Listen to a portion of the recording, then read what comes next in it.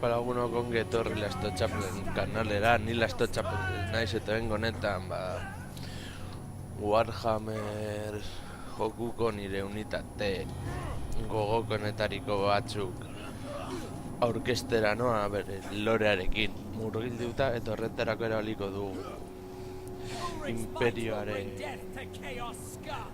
kodes bat azaltzeko apur bat. Unitate hauek, unitate hauek hemen ikusten dituzuenak dira konpainia libreko milizia. Eta bueno, azaltzeko, milizia da imperioko ejerzitoan noizbenka kontatzen dituzten soldadu kaude, tropa irregularrak direna, tropa regulak, bat dira arkabuslariak, espatari handiak eta vale. Konpainia libren sorkuntza izan daitezke imperioaren mugan dauden lapurrak edo abentura zaleak edo batzutan ere birrinduta daude tokietan bizi direnak. Gerlari honenak izan daitezke nobleak urrutiko lurralde batean, baina beste batzuk bihurtzen dira lapurra, baita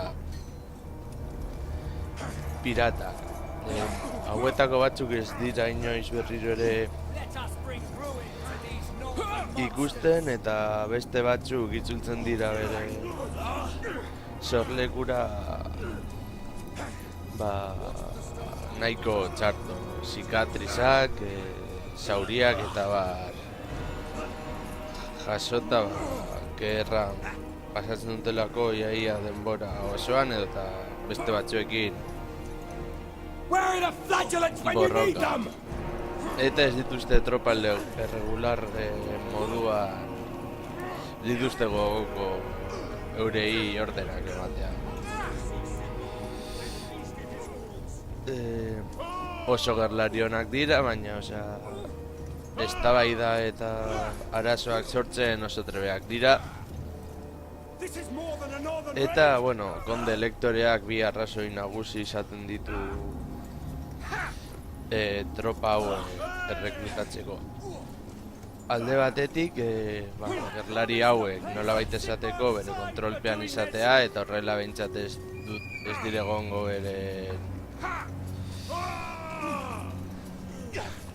berari arazoak sortzen egongo, hau da lapurtzen eta bar.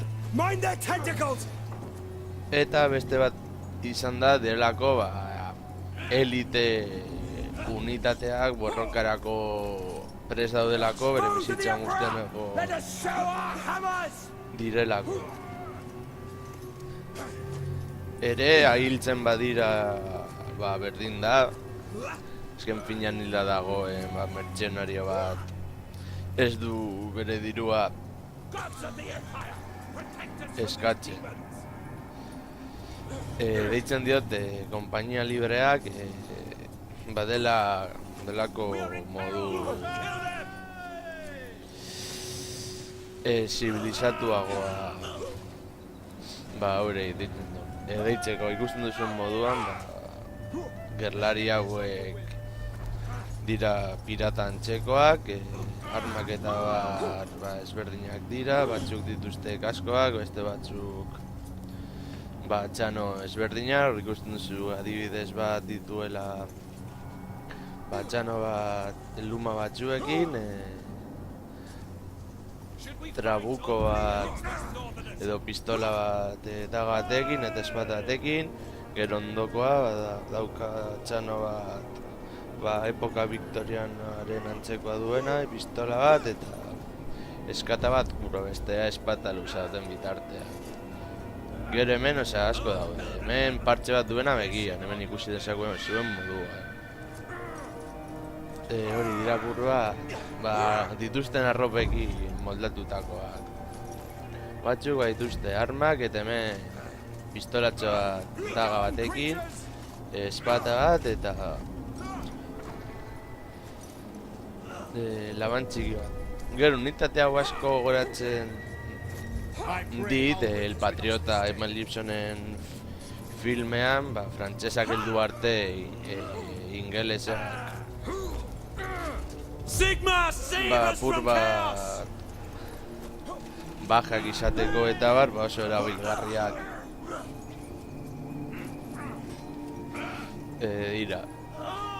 Eta, bueno, badaude konpainia hauetako batzuk direla ezagunak direla, ez dira konpainia libreak, baina mertzenariak dira eta bereziki Estalian eta Dilean oinarritutako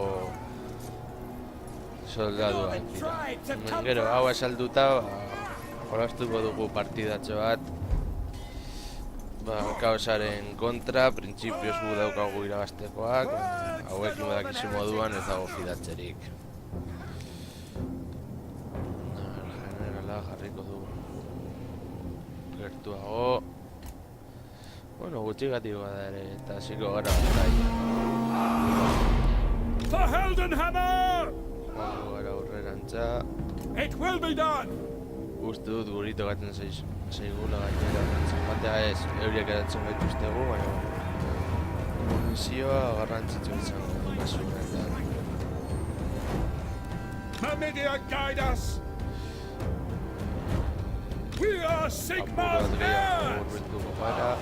Wise counsel! Slayer! Make me proud of the province! Posizioa altua, o ez da zu altua, baina ventaja izaten.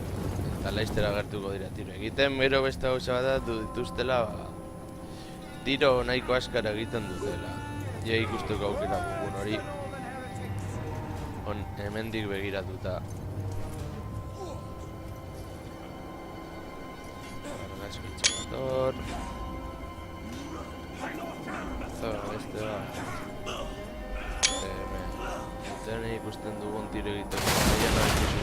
Hasi den tiroak egiten. Tiro nahiko asko egiten dute. Hau dira kausaren unitate simpleenak.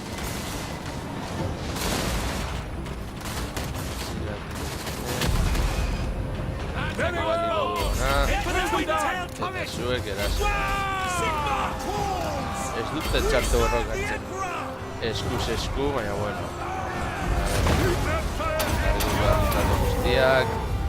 Eta ikusiko urraturen lana horrek egiten. Eta hor kausaren gamelariak. Armadura gutxi dute, nola irabazi duen eta nola duen tiro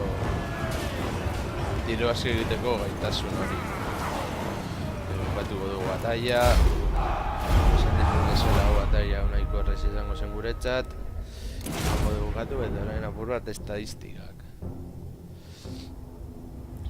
Hemen hori, gehiago gine eta galdu dugu ia eren bat eta horiek ejerzito erdia. Bueno, lagunok hau izan da dena, hurrengora arte, agur.